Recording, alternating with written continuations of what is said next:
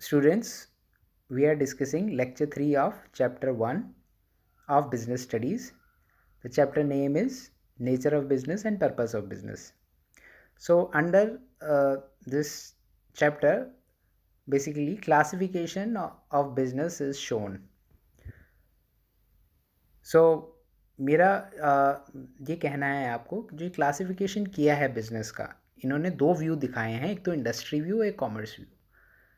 जितना भी इंडिया का बिजनेस है उसको या तो आप इंडस्ट्री में डिवाइड कर दीजिए, ठीक है, उसमें इंडस्ट्री भी डिवाइड कर दो। इंडस्ट्री में अगर कोई ट्रेड की इंडस्ट्री भी होती है तो भी वो इंडस्ट्री सेगमेंट में क्लासीफाई हो जाएगी। सिमिलरली इसी तरीके से लेट्स से आप कॉमर्स की तरह से भी जो बिजनेसेस है उसको क्लासीफाई कर सकते हैं। कैसे क्लासीफाई कर सकते हैं? एक तो ऐसी इंडस्ट्रीज जो सिर्फ ट्रेड रिलेटेड काम करती हैं, ठीक है, और एक ऑक्सिलरी टू ट्रेड कंपनीज जो ये कॉमर्स मतलब जो ट्रेड को हेल्प करती हैं, ऐसी इंडस्ट्रीज इस तरीके से क्लासीफाई किया गया है, जो कि ट्रेड कंपनीज हैं और ऑक्सिलरी टू ट्रेड। तो इस तरीके से आप बिजनेस को क्लासीफाई कर सकते हैं। सो लेट्स से आप इंडस्ट्री व्यू लेते हैं, तो इंडस्ट्री व्यू एक ऑब्वियसली कॉम्प्रिहेंसिव व्यू है। उसमें क्या है कि प्राइमरी इंडस्ट्री है, सेकेंडरी और tertiary industry. So primary industries क्या कौन सी होती हैं? जो बेसिकली लेट्स से कि जो प्राइमरी इंडस्ट्री होती है जो आपको रॉ मटेरियल देती है। लेट्स से आपके पास, आपको पता होगा, आयरन ओर है, ज़मीन में आयरन होता है, मिनरल्स होते हैं। तो ये जो बेसिकली एक्सट्रैक्शन है, जो धरती माँ के पास ऑलरेडी सारे रिसोर्सेज हैं, जैसे नेचुरल गैस हुई, ठीक है, नेचुरल जो ऑयल हुआ, क्रूड ऑयल हुआ, जो अंदर पृथ्वी के अंदर आप विदाउट आप सीधा निकाल एक्सट्रैक्ट इजीली कर सकें, दैट इज़ मदर नेचर से आया है। और सेकेंडरी जेनेटिक इंडस्ट्री है। प्राइमरी में ही जेनेटिक ये है कि अगर आप कल्टीवेट कर सको, जैसे वीट है, राइस है, पैडी है, सो बेसिकली आपने कल्टीवेट किया है, ठीक है। और अगर जेनेटिक्स भी, जैसे कि कुछ आपने ऐसे जो आपने मैन रिसोर्स से आपने उसको कल्टीवेट किया है, मैन ने अपने एफर्ट्स लगाए हैं तब कल्टीवेट किया है। मदर नेचर ने डायरेक्ट नहीं दिया, बट आपने एफर्ट लगाए हैं। अपने एफर्ट से आपने जो भी आपने खेती करी है या प्लांट्स लगाए हैं, उससे आपने वो एक्सट्रैक्ट किया है। वो मैन मैन की प्रोसेस के, मैन के एफर्ट्स के थ्रू वो आप आगे नेचुरल रिसोर्स क्रिएट कर पाए। अगर मान लो आपके लिए वीट है, राइस है, वो एक तरह से रिसोर्स है आपके लिए, और वो मदर अर्थ दे रही है। आपने चाहे उसको कल्टीवेट किया है, और वो डायरेक्ट एक तरह से प्रोसेस्ड नहीं है। जो वीट है तो वो विदाउट प्रोसेस जो चीज़ें मिल रही हैं आपको, उसको आप प्राइमरी इंडस्ट्रीज़ में डालोगे, ठीक है। सेकेंडरी इंडस्ट्री में क्या डालोगे? जब आपने उसको एक और प्रोसेस कर दिया, फिनिश गुड में प्रोसेस कर दिया। तो लेट्स से आपने, अगर आपके पास लेट्स से वीट है, तो वीट से आपने जो आपके पास आया था, आपने उससे मान लो लेट्स से कुछ चपाती बना के कोई इंडस्ट्री प्रोसेस कर दिया, या वीट से कोई आपने कुछ उसको प्रोसेस किया, उसको आपने मल्टी ग्रेन आटा बना दिया, या उससे आपने कुछ स्नैक्स बना दिया। तो दैट इज़ आपने एक प्रोसेस कर दिया, तो फिनिश गुड आपने बना दिया और उसको आगे आप सेल कर रहे हो। सो that is your secondary industry. तो आपने रॉ मटेरियल से, तो लेट्स से आयरन ओर था, आयरन ओर से आपने स्टील में कन्वर्ट कर दिया, ठीक है। सो सिमिलरली आपने कॉपर और जो भी बॉक्साइट और होता है, उससे आपने कॉपर में कन्वर्ट कर दिया। सो that is a one level of processing. Similarly जैसे इसमें दो क्लासिफिकेशन है इंडस्ट्रीज़ का, मैन्युफैक्चरिंग इंडस्ट्री और कंस्ट्रक्शन। कंस्ट्रक्शन आपको पता हो, जैसे ब्रिजेस बनाते हैं, घर बनाते हैं, that is a construction industry. And other is a manufacturing industry. Manufacturing industry में इन्होंने कंस्ट्रक्शन इंडस्ट्री को फर्दर 4 पार्ट में डिवाइड किया हुआ है। क्लासिफिकेशन 4 ब्रॉड एरियाज़ में किया है। जैसे एनालिटिकल इंडस्ट्री, तो आपने क्या था, नेचुरल रिसोर्सेज में आपके पास लेट्स से आपके पास क्रूड ऑयल था, क्रूड ऑयल से आपने निकाल के एक्सट्रैक्ट करके आपने पेट्रोल, डीजल और डिफरेंट टाइप के पेट्रोलियम प्रोडक्ट में कन्वर्ट कर दिया। सिंथेटिकल इंडस्ट्रीज़ में आपने मल्टीपल टेक्नोलॉजी लगा के उसको सीमेंट और टेक्सटाइल में मल्टीपल चीज़ों को आपने कन्वर्ट कर दिया उसको। प्रोसेसिंग इंडस्ट्री में जैसे मैंने बताया वीट है या राइस है, राइस से आपने लेट्स से कुछ आपने स्नैक्स कन्वर्ट कर दिए, या easy to eat ready to eat में कन्वर्ट कर दिया।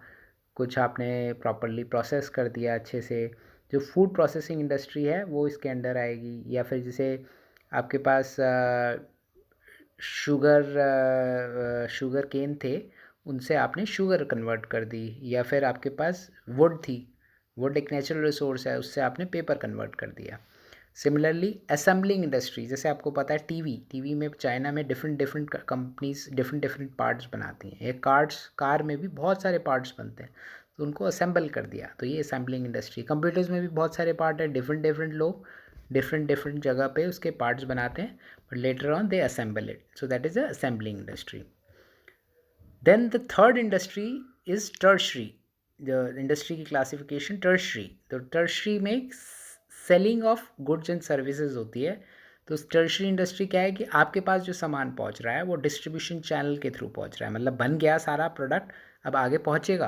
अब उसमें डिफरेंट इंडस्ट्री टर्शरी में भी काफ़ी सारे एंगल हो सकते हैं। एक तो होलसेल हो सकता है, होलसेल से रिटेल हो सकता है।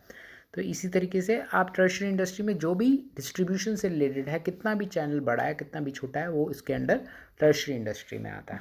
ठीक है, एक तो इंडस्ट्री क्लियर हो गया अब आपको। So let's discuss about the commerce. So commerce में सबसे बड़ा जो कंपोनेंट है वो है ट्रेड। बेसिकली जो ट्रेड होता है, जो बाइंग और सेलिंग जहाँ भी हो रहा है, मतलब आप ऑब्वियसली ज़्यादातर जगह पे बाइंग और सेलिंग का बहुत बड़ा पोर्शन है। एक तो इंटरनल ट्रेड होगा, डोमेस्टिकली अगर बाइंग एंड सेलिंग है, that is a internal trade. External trade क्या होगा? एक्सटर्नल ट्रेड वो होगा जहाँ बाइंग एंड सेलिंग, मतलब इंपोर्ट कर रहे हो या एक्सपोर्ट कर रहे हो। ठीक है, इंपोर्ट मतलब हम सामान बाहर से मंगवा रहे हैं, आयात या निर्यात कर रहे हैं सामान का। अगर चाइना से मंगवाया, क्या हुआ? आयात हुआ, निर्यात हुआ। सो आयात हो गया। अगर आपने जैसे राइस और मैंगो हम लोग इंडिया एक्सपोर्ट करता है, तो निर्यात कर रहा है ना। तो हमें एक्सचेंज जो है एक जो बेसिकली हमारे पास हमारी इकनॉमी, हमारा जो रुपया है वो स्ट्रांग हो जाता है ना। तो इसके थ्रू अगर हम ज़्यादा एक्सपोर्ट्स करते हैं, तो ज़्यादा कंट्रीज़ क्या प्रमोट करना चाहती हैं? External trade. तो वो चाहती हैं इंटरनल ट्रेड कम हो। ठीक है, तो क्योंकि ज़्यादा इंपोर्ट होगा, उसका रुपया की वैल्यू कम हो जाएगी। ठीक है, सो सिमिलरली इन ट्रेड करने के लिए बहुत सारी चीज़ें चाहिए। अब मान लो अगर आपने ट्रेड किया और आपने सामान बेचा, तो क्या हुआ कि लेट्स से कि ट्रांजिट में सड़ गया। ट्रांजिट मतलब रास्ते में शिप में सड़ गया, तो कौन उसको कवर करेगा? तो कोई ना कोई तरीका तो होना चाहिए ना, तो उसमें इंश्योरेंस प्रोटेक्शन कर सकते हैं। सिमिलरली इंटरनल भी हो सकता है, एक्सपोर्ट में भी। रास्ते में मान लो आपकी ट्रक में आग लग जाती है, ठीक है, तो ये इंश्योरेंस चाहिए। ठीक है, आपको रास्ते में जाने के लिए ट्रांसपोर्टेशन चाहिए। ठीक है, दूसरा वेयर हाउसिंग चाहिए कि रास्ते में मान लो आपका पेरिशेबल प्रोडक्ट है, तो आपको बेसिकली और या फिर बहुत दिनों तक आपको सामान जो है बेसिकली एकदम से आपको चाहिए। लेट्स से आप आटा बेच रहे हो, आटे की कमी होगी, तो आपको स्टॉक करना पड़ेगा कहीं। स्टॉक कहाँ करोगे? वेयर हाउसेज़ में। ठीक है, सिमिलरली अगर आपका पेरिशेबल प्रोडक्ट है, तो वेयर हाउसिंग कहाँ होगी? कैसी? कोल्ड चेयर वेयर हाउसिंग होगी। तो सामान जब जाएगा, तो मान लो आप कहीं कोल्ड स्टोरेज में रख दोगे, 10 दिन बाद फिर निकाल के, मान लो आपके पास बनाना है, बनाना आपने कहीं कोल्ड स्टोरेज में रख दी पलवल में, आप उसको फिर आगे जैसी जैसी रिक्वायरमेंट होगी उनको बेच सकते हो। तो ज़्यादा दिन तक आपका जिसको बेनिफिट होगा ट्रेड करने में, है ना। तो सिमिलरली ट्रांसपोर्टेशन से आप जितनी जल्दी पहुंचोगे उतना आपका बेनिफिट है, क्योंकि अगर ट्रांसपोर्टेशन ही नहीं हुआ फर्स्ट ऑफ ऑल, तो आपका सामान जहाँ है वैसा वहीं का रहेगा। तो ट्रांसपोर्टेशन तो मैंडेटरी है, you can easily understand. Insurance मैंने बताया, रास्ते में आग लग गई, कुछ हो गया, तो आपको सामान का क्वालिटी। तो बैंकिंग, सपोज़ आप एक्सपोर्ट कर रहे हो, ठीक है, एक्सपोर्ट मतलब चाइना में, लेट्स से आप यूएस में आपने राइस भेजा, यूनाइटेड स्टेट्स में। अब राइस भेजा, और क्या हुआ कि भाई सामान उन्होंने ले तो लिया सामान, पैसा नहीं दिया। ठीक है, तो बैंकिंग दो चीज़ों में फ़ायदा है। एक तो पहले आपको लोन मिल जाएगा कि सामान बेचने का। दूसरा ये एक और तरीका है बैंकिंग से, आपका रिस्क भी मैनेज हो जाता है कि भाई आपने सामान भेजा, तो वहाँ के बैंकर से हम ये अंडरटेकिंग लेंगे कि सामान पहुँचेगा, तो जो यूएस का बैंक है वो कन्फर्म, वो साइन करके देगा कि जैसे ही आपका सामान पहुँचेगा हम इंश्योर करते हैं पैसा आपको मिल जाए। तो बैंक से दो बेनिफिट हो गए। एक तो आपको लोन मिल गया बैंकिंग से, अगर बैंक में लोन नहीं मिला तो आप कैसे अपना सामान भेजोगे? इतना करोड़ों का कंसाइनमेंट होता है। तो आप किसी इंडिविजुअल पे अगर मिड साइज़ कंपनी या छोटी कंपनी को बेच रहे हो तो सामान बेच ही नहीं पाओगे, तो बैंक बीच में इन्वॉल्व होता है। फिर एडवर्टाइजिंग होता है भाई, अगर आप सामान बेच रहे हो, जैसे आप इंडिया टू इंडिया भेज रहे हो, अब आपको पता है कि लेट्स से कि कोई भी ब्रांड है, लेट्स से लेवाइस जीन्स है, आपने बड़ा सुना होगा नाम, है ना।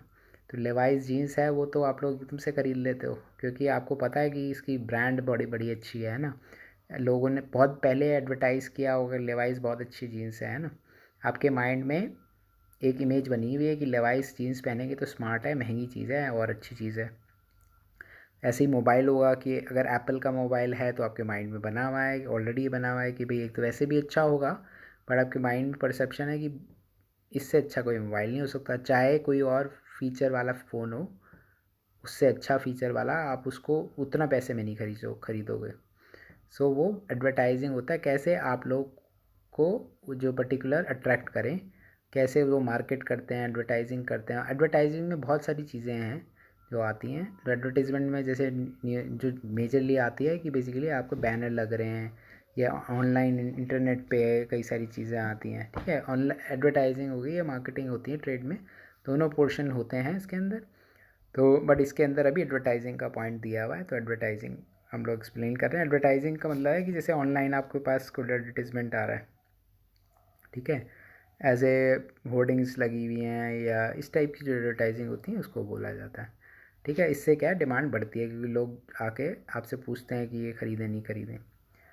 तो ये सारी चीज़ें इसके अंडर आती हैं। तो मेरे हिसाब से आपको समझ में आ गया होगा कि क्लासिफिकेशन ऑफ बिजनेस दो चीज़ों में, इंडस्ट्री एंड कॉमर्स में। इंडस्ट्री स्ट्रेट फॉरवर्ड, कॉमर्स में सिर्फ दो डिवाइड करना है, trade and auxiliary to trade. Auxiliary trade में 5 चीज़ें हैं, बस इस तरीके से आपको ये याद रखना है। Hope it you have understood it. और कोई क्वेरी हो तो आप बताइएगा।